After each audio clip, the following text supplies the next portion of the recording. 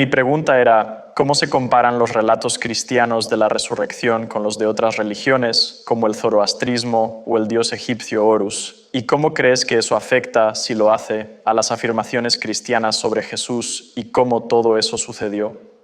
Sí, muy buena pregunta. Dioses que mueren y resucitan, mitos paganos y otras religiones, ¿verdad?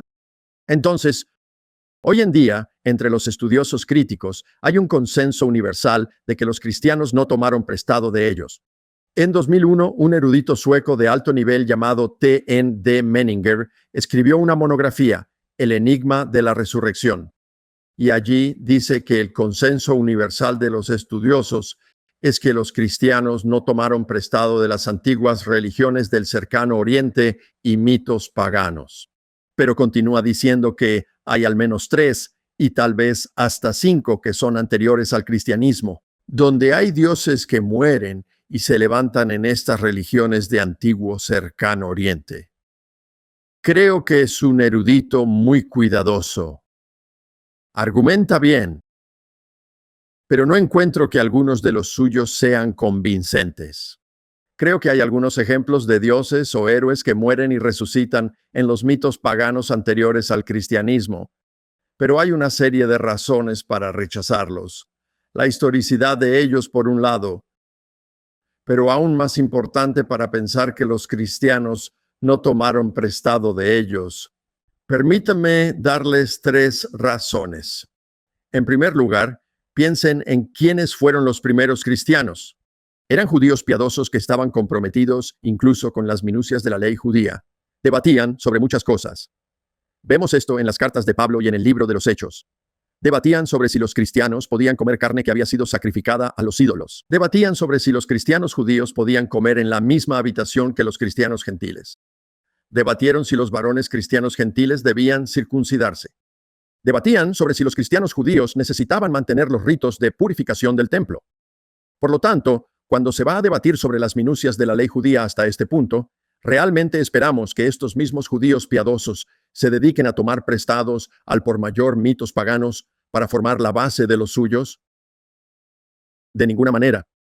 Especialmente cuando leemos relatos de Josefo y cosas por Pilato, permitiendo que los estandartes romanos entraran en Jerusalén con representaciones de la imagen del César en ellos. E hizo que los judíos corrieran a Cesarea dispuestos a ser ejecutados por Pilato para protestar por esto. Y agachaban la cabeza y decían, preferimos ser decapitados aquí y ahora a que nuestra ciudad sea profanada. Así pues, por supuesto que los primeros cristianos no van a hacer eso.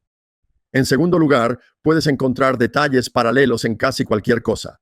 Quiero decir, muchos de nosotros sabemos de un avión que despegó de Massachusetts una mañana y justo después de las 9 se estrelló contra uno de los rascacielos más altos del mundo en la ciudad de Nueva York, matando a todos a bordo. Me refiero al B-25 que se estrelló contra el Empire State el 28 de julio de 1945. Ahora, probablemente la mayoría de ustedes pensaron que me refería al 767 que voló contra la Torre Sur en el 9/11. Pero no, esto ocurrió de verdad, y si lo buscan en Internet pueden encontrar fotografías del accidente.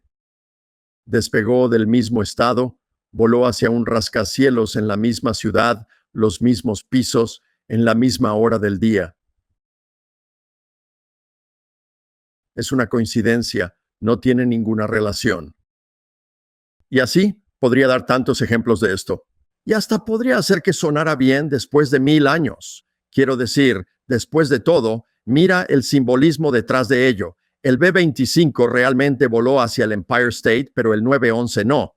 9/11 es un simbolismo. Bueno, en Estados Unidos, ¿a quién llamas cuando tienes una emergencia? Al 911.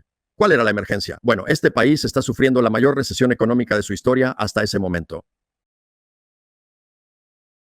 Por lo tanto, los aviones que volaron en el World Trade Center simbolizan el mal estado de la economía estadounidense. El avión que voló en el campo de Pensilvania simbolizaba que todo esto estaba afectando al estadounidense promedio. El avión que se estrelló contra el Pentágono simbolizaba la decadente influencia de los Estados Unidos en el mundo. Puedes mitificar modernamente y hacer que cualquier cosa suene bien, pero a la hora de la verdad, ¿cuál es la evidencia? Tenemos pruebas de la resurrección de Jesús, no para estas otras cosas. Y lo último que diría es, deberíamos esperar, salpicadas a lo largo del tiempo, historias de gente regresando de la muerte. Bueno, piensa en esto por un momento. Hay un montón de novelas románticas y películas románticas, y son ficticias. ¿Por qué? El romance es alcanzable por la mayoría de la gente. Entonces, ¿por qué los relatos ficticios? Porque es un anhelo del corazón humano, no podemos tener suficiente de ello, así que inventas cosas. Bueno, la vida en la antigüedad, y de hecho en muchos lugares del mundo de hoy, es brutal. Tengo unos amigos en Pakistán, me han alertado, hay una chica, no puedo decirte su nombre, pero el enero del año pasado fue secuestrada por musulmanes. Tiene como 13 años y fue secuestrada por musulmanes. Fue obligada a casarse con un musulmán mucho mayor que la hizo mendigar dinero. Básicamente la traficó, hizo que se prostituyera. Nochebuena, la encontraron y la rescataron y la llevaron de vuelta a casa con sus padres. Bueno, hace una semana la secuestraron de nuevo. Pueden orar por ella. Esto ocurre todo el tiempo en Pakistán con las mujeres cristianas. Así pues, la vida es brutal para mucha gente. Queremos saber que los malhechores van a ser castigados. Queremos saber que los justos serán recompensados. Queremos saber que esta vida no es todo lo que hay. Esa pobre chica, si termina pasando el resto de su vida así, queremos saber que eso no es todo. Entonces, aparte de una resurrección real, podríamos esperar historias de gente que vuelve de la muerte para decirnos que hay una vida después de la muerte. Los malvados son castigados en la otra vida. Y los justos, los que siguen a Dios, van a ser recompensados. Por lo tanto, esperaríamos que esas historias ficticias aparezcan. Pero eso no hace nada para descartar romance real o historias que están fuertemente evidenciadas de que alguien realmente volvió de la muerte.